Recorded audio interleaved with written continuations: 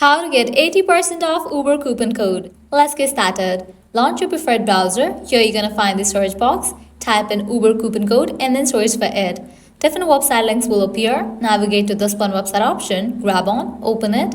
You'll be directed to the official website of it. Once you're in the website, you're gonna find tons of offers and deals for Uber. You can see that 30% off, 50% off, $50 cashback, and many more.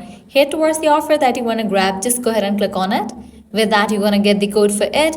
Then you can click on continue to store. You'll be directed to the official website of Uber. Once you're in the website, you can log into your account, book your ride, and proceed to checkout. While in the checkout page, you're going to find the section of codes. Over there, type in your code and confirm your ride. With that, you're going to get the discount. Likewise, you can also give a try to other offers, as on this website, you're going to find amazing offers and deals for Uber. Lastly, what you can do is head back. Once you're in this website section, you can also give a try to this one website, Groupon. This is also the legit website, and this website as well, you're going to find tons of offers and deals for Uber. So this way you can easily get up to 80% off Uber coupon code.